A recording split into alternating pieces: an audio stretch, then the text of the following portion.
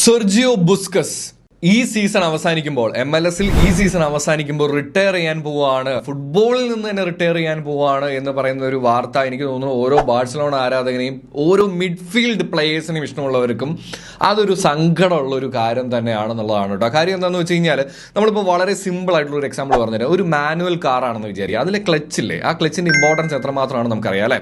അതായത് വണ്ടിക്ക് സ്പീഡിൽ പോകണമെന്നുണ്ടെങ്കിൽ മറ്റു കാര്യങ്ങൾ ക്ലച്ച് മുന്നോട്ടും, അതായത് ഗിയർ മുന്നോട്ട് മാറ്റണമെന്നുണ്ടെങ്കിൽ ക്ലച്ച് ചവിട്ടിയാലേ പറ്റുള്ളൂ. അതുപോലെ തന്നെ അതൊന്ന് സ്ലോ ആക്കണമെന്നുണ്ടെങ്കിലും എന്താണ്, ക്ലച്ച് ചവിട്ടിയാലേ പറ്റുള്ളൂ. അത്രയും ഇമ്പോർട്ടൻ്റ് ആണ് ഒരു ഫുട്ബോൾ ടീമിൽ സെർജിയോ ബുസ്കസിനെ പോലത്തെ ഒരു പ്ലെയർ.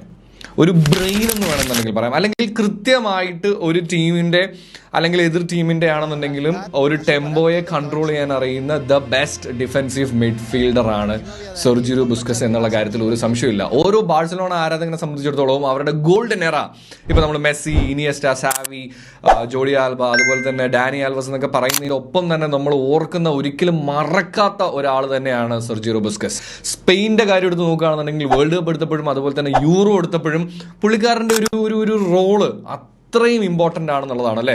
എനിക്ക് തോന്നുന്നു നിങ്ങൾക്ക് മിഡ്ഫീൽഡ് ഇഷ്ടമാണെന്നുണ്ടെങ്കിൽ ഫുട്ബോൾ ഇഷ്ടമാണെന്നുണ്ടെങ്കിൽ ഡിഫെൻസീവ് മിഡ്ഫീൽഡർ എന്ന് നിങ്ങൾ കേട്ടാൽ നിങ്ങളുടെ മനസ്സിലേക്ക് ഓടിപ്പോകുന്ന ഒരു പേര് തന്നെയാണ് സെർജിയോ ബുസ്കസ് എന്ന് പറയുന്നത്. സോ എനിക്ക് തോന്നുന്നു അത് ഫുട്ബോളിനെ സംബന്ധിച്ചിടത്തോളം പുള്ളിയുടെ ഒരു retirement is a big thing, but it happens.